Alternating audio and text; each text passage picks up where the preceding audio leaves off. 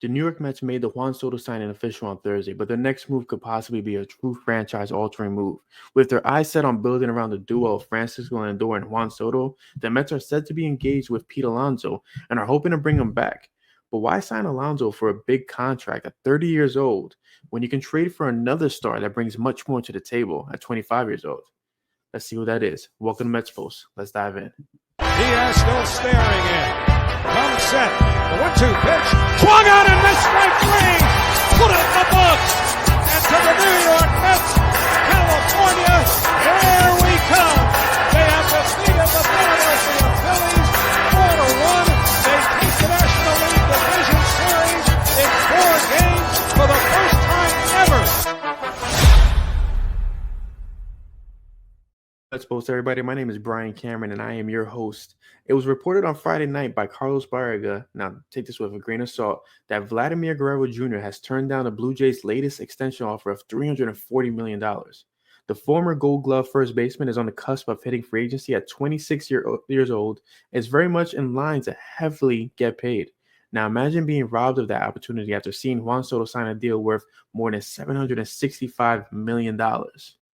It's no secret that Vlad is a very special player, but he's been wasted away in Toronto for the last 6 years. He had a stellar season in 2024 where he made the All-Star team and finished 6th in MVP voting. The Silver Slugger finished the season with 30 home runs, 103 RBIs, and had a batting average of .323 and an OPS of .940, which is the second highest of his career.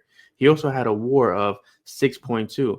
In comparison to Pete Alonso, Vlad's win above replacement was levels above him, as Pete's was only 2.6 in 2024.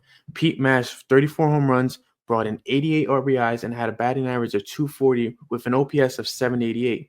Alonso is also 30 years old, which begs the question if his best years are behind him. So why would the Mets overspend on Alonso, who is a Boras client, so an overpay is definitely going to happen, rather than build for the future now? The Mets have the financials to lock in Vlad for the next 5 to 10 years, and he would bring much more consistency to a lineup that's on the verge of being one of the better offenses in the game.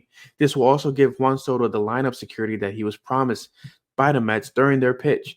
Is Alonso truly the better option, or are fans overvaluing him due to the emotional attachment of a true homegrown product? If the goal is to win multiple World Series, then the Mets must put their best foot forward and invest in stability as opposed to anyone's personal feelings. Vlad gives them the best option for now and the future. Alonso will give them his very best for the next 2 to 3 years, which would be great, but where does that leave the Mets after that? They're locked in with Juan Soto for the next 15 years. Is an emotional attachment really worth missing out on a great talent? I don't think so. The Mets need to be all in on this idea and make the right moves to do so.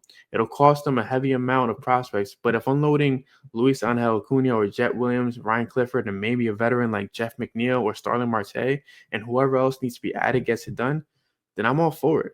Let me know your thoughts in the comments below on what the Mets should do. Should they invest in Pete Alonso, or should they invest in Vlad Jr. and give up the prospects?